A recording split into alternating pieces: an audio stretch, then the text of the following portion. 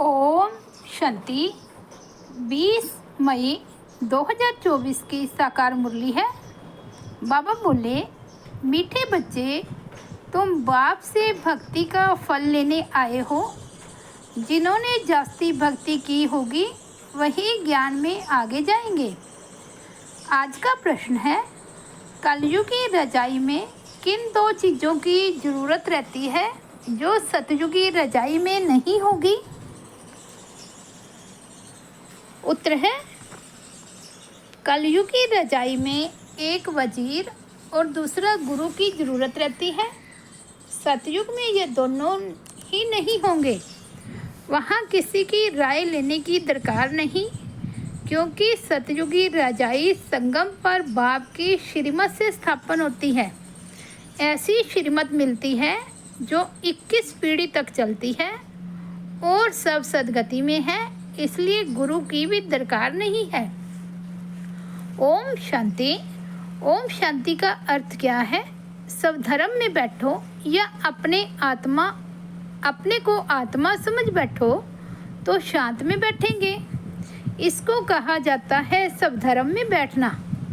भगवानोवाच, सब धर्म में बैठो। अभी तुम्हें बेहद का बाप बेहद की पढ़ाई पढ़ाते हैं, क्योंकि बाप बेहद का सुख देने वाला है। पढ़ाई से सुख मिलता है ना। अब बाप कहते हैं अपने को आत्मा समझ बैठो। बेहद का बाप आया है तुमको हीरे जैसा बनाने। हीरे जैसे देवी देवता ही होते हैं। वे कब बनते हैं? इतने ऊंच पुरुषोत्तम कैसे बने, यह कोई भी बता ना सके सिवाय बाप के। प्रजापिता ब्रह्मा के बच्चे तुम ब्राह्मण ठहरे, फिर तुमको देवता बनना है। ब्राह्मणों की होती है चोटी, तुम शूद्र से ब्राह्मण बने हो।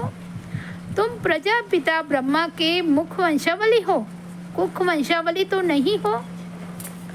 कलयुगी सब है कुख वंशावली। साधु संत ऋषि मुनि आदि सब द्वापर से लेकर कुख वंशावली बने हैं। अभी सिर्फ तुम प्रजापिता ब्रह्मा कुमार कुमारियां ही मुख वंशावली बने हो।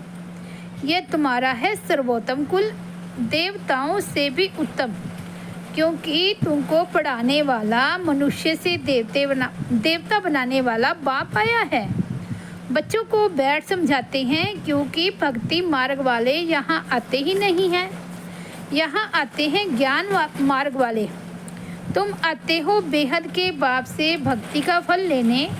अब भक्ति का फल कौन लेंगे? जिसने सबसे जास्ती भक्ति की होगी वही पत्थर से पारस बुद्धि बनते हैं, वही आकर ज्ञान लेंगे, क्योंकि भक्ति का फल भगवान को ही आकर देना है। ये अच्छी रीति समझने की बातें हैं। अभी तुम कलयुगी से सतयुगी, विकारी से निर्विकारी बनते हो अथवा पुरुषोत्तम बनते हो। तुम आए हो ऐसा लक्ष्मी नारायण जैसा बनने के लिए। यह भगवान भगवती है तो जरूर इन्हों को भगवान ही पढ़ाएंगे ना। भगवानोवाच, परंतु भगवान किसको कहा जाता है? भगवान तो एक होता है। भगवान कोई सैकड़ों हजारों नहीं होते, मिट्टी पत्थर में नहीं होते हैं। बाप को न जानने कारण भारत कितना कंगाल बन पड़ा है। अब बच्चे जानते हैं भारत में इनकी अर्थात लक्ष्मी नारायण की राजधानी थी। इन्हों के बाल बच्चे आदि जो भी थे राजधानी के मालिक थे। तुम यहाँ आए ही हो राजधानी का मालिक बनने। यह अभी तो नहीं है ना। भारत में इन्हों का राज्य था। बच्चों को समझाया जाता है, जब इन देवी देवताओं की राजधानी थी, सूर्यवंशी और चंद्रवंशी थे, तब और कोई धर्म नहीं था। इस समय फिर और सब धर्म है। यह धर्म नहीं है, यह तो फाउंडेशन है, जिसको थुर कहा जाता है। इस समय मनुष्य सृष्टि रूपी झाड़ का थुर सारा सड़ गया है, बाकी सब खड़े हैं। अब उन सब की आयु पूरी होती है। यह मनुष्य सृष्टि रूपी वैरायटी झाड़ है। भिन्न नाम रूप देश काल अनेकानेक है ना। कितना बड़ा झाड़ है। बाप समझाते हैं, कलब कलब यह झाड़ जड़जड़ी भूत तमो प्रधान हो जाता है तब फिर मैं आता हूँ। तुम मुझे पुकारते हो, बाबा आओ हम पतितों को आकर पावन बनाओ। हे पतित पावन कहते हैं तो निराकार बाप ही याद आता है, साकारी तो कभी याद नहीं आएगा। पतित पावन सदगति दाता है ही एक। जब सतयुग था तो तुम्हारी सदगति थी, अभी तुम पुरुषोत्तम संगम युग पर बैठे हो, बाकी और सब कलयुग में हैं। तुम हो पुरुषोत्तम संगम युग पर। उत्तम ते उत्तम पुरुष व ऊंचते ऊंच गाया जाता है एक भगवान। ऊंचा तेरा नाम, ऊंचा तेरा धाम, ऊंचे ते ऊंच रहते हैं ना परम धाम में।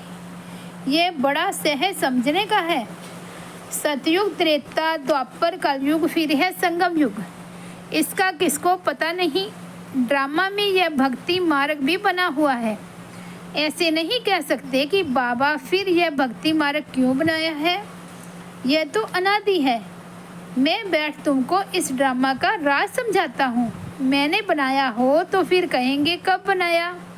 बाप कहते हैं यह अनादि है ही, शुरू कब हुआ यह सवाल नहीं आ सकता। अगर कहेंगे फलाने समय शुरू हुआ तो कहेंगे बंद कब होगा, परंतु नहीं, यह तो चक्कर चलता ही रहता है।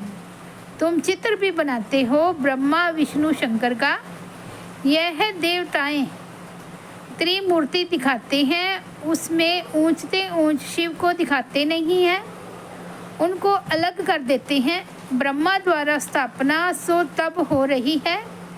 तुम अपनी राजधानी स्थापन कर रहे हो। राजधानी में तो सब प्रकार के पद होते हैं, प्रेसिडेंट हैं, प्राइम मिनिस्टर हैं, चीफ मिनिस्टर हैं, ये सब होते हैं राय देने वाले। सतयुग में राय देने वाले कोई चाहिए नहीं। अभी जो तुमको राय अथवा श्रीमत मिलती है वह अविनाशी बन जाती है। अभी देखो कितनी राय देने वाले हैं, ढेर के ढेर हैं। पैसे खर्च कर मिनिस्टर आदि बनते हैं राय देने के लिए।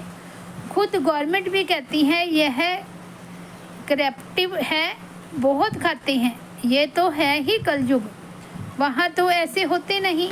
वजीर आदि की दरकार नहीं रहती। यह मत 21 जन्म चलती है, तुम्हारी सदगति हो जाती है। वहाँ तो गुरु की भी दरकार नहीं रहती। सतयुग में न गुरु न वजीर रहता। अभी तुमको श्रीमत मिलती है अविनाशी 21 जन्म, 21 पीढ़ी के लिए, 21 बुढ़ापे के लिए। बूढ़ा बन फिर शरीर छोड़ जाए बच्चा बनेंगे, जैसे सर्प एक खाल छोड़ फिर दूसरी लेते हैं। बाप समझाते हैं मीठे मीठे बच्चों, तुम ब्राह्मण ब्राह्मणियाँ हो, ग्रंथ में भी पढ़ते सुनते हो, सब है मूत प्रीति कपड़ धोए। भगवान को बुलाते हैं आकर मूत प्रीति कपड़, हम आत्माओं का धुलाई करो। हम सब आत्माओं के बाबा, आकर हमारा कपड़ा साफ करो। शरीर तो नहीं धोना है, आत्माओं को धोना है, क्योंकि आत्मा ही पतित बनी है।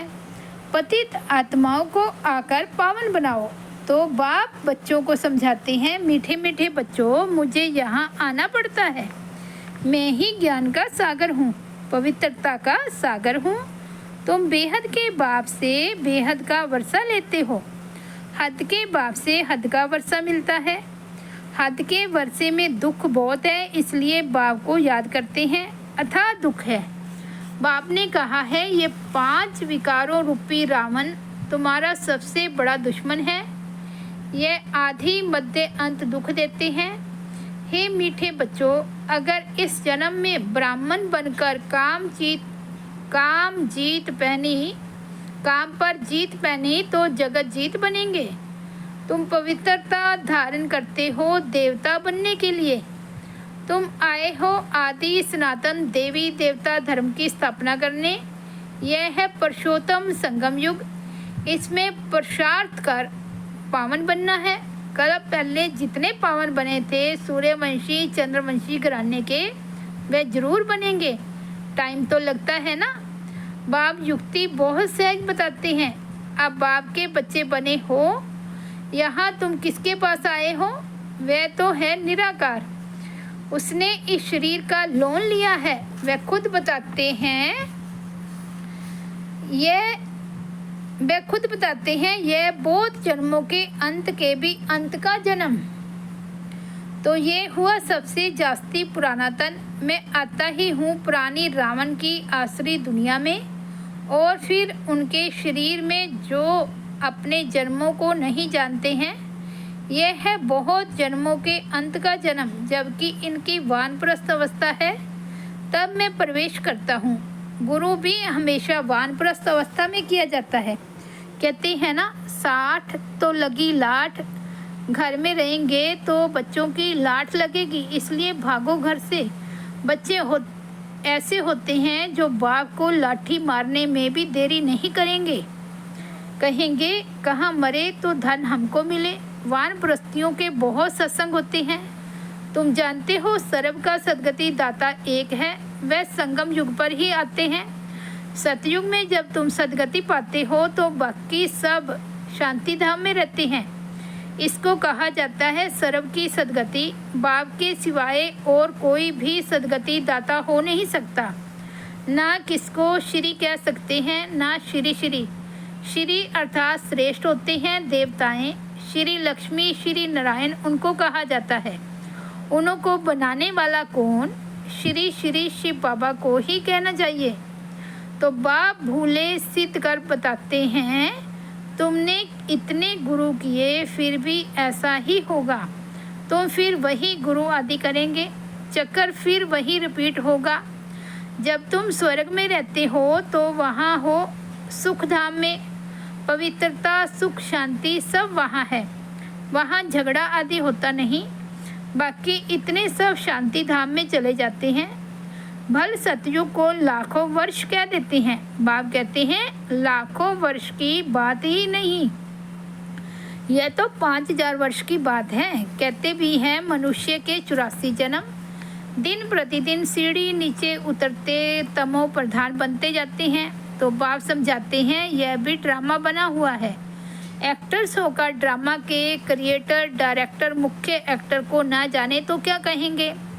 बाप कहते हैं इस बेहद के ड्रामा को कोई भी मनुष्य मात्र नहीं जानते हैं। ये बाप आकर समझाते हैं। कहते भी हैं शरीर लेकर पाठ बजाते हैं तो नाटक हुआ ना। नाटक के मुख्य एक्टर्स कौन हैं कोई बता नहीं सकेंगे। अभी तुम बच्चे जानते हो ये बेहद का ड्रामा कैसे जूम मिसल चलता है, टिक टिक होती रहती है। मुख्य है ऊंचते ऊंच बाबा जो आकर समझाते भी हैं और सर्व की सद्गति भी करते हैं। सतयुग में दूसरे कोई होते नहीं, बहुत थोड़े हैं।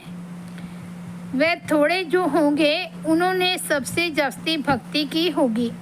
तुम्हारे पास प्रदर्शनी व म्यूजियम में आएंगे वे जिन्होंने बहुत भक्ति की है।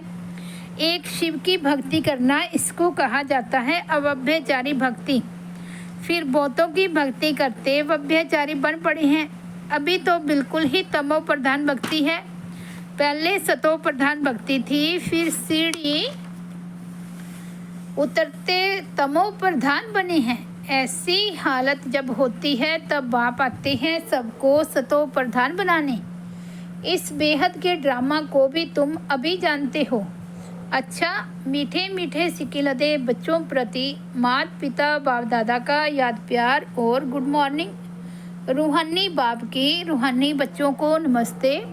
हम रूहानी बच्चों की रूहानी बाप दादा को याद प्यार, गुड मॉर्निंग और नमस्ते।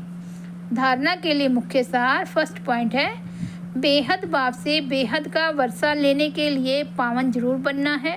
जब अभी पवित्रता का वर्षा लो अर्थात काम जीत बनो तब जगत जीत बन सकेंगे। सेकंड पॉइंट है, बेहद बाप से पढ़ाई पढ़कर स्वयं को कौड़ी से हीरे जैसा बनाना है। बेहद का सुख लेना है। नशा रहे मनुष्य से देवता बनाने वाला बाप अभी हमारे सन्मुख है। अभी है हमारा यह सर्वोत्तम ब्राह्मण कुल। वरदान है ज्ञान संपन्न दाता बन, सर्व आत्माओं के प्रति शुभ चिंतक बनने वाले श्रेष्ठ सेवाधारी भव। शुभ चिंतक बनने का विशेष आधार शुभ चिंतन है। जो व्यर्थ चिंतन व पर चिंतन करते हैं वह शुभ चिंतक नहीं बन सकते। शुभ चिंतक मनियों के पास शुभ चिंतन का शक्तिशाली खजाना सदा भरपूर होगा। भरपूरता के कारण ही औरों के प्रति शुभ चिंतक बन सकते हैं। शुभ चिंतक अर्थात सर्व ज्ञान रत्नों से भरपूर ऐसे ज्ञान संपन्न दाता ही चलते फिरते हर एक की सेवा करते श्रेष्ठ सेवाधारी बन जाते हैं। स्लोगन है, विश्व राज्य अधिकारी बनना है तो विश्व परिवर्तन के कार्य में निमित्त बनो। विश्व राज्य अधिकारी बनना है तो विश्व परिवर्तन के कार्य में निमित्त बनो। अच्छा, ओम शांति। तो ये थे 20 मई 2024 के बाबा के अनमोल महावाक्य। ओम शांति।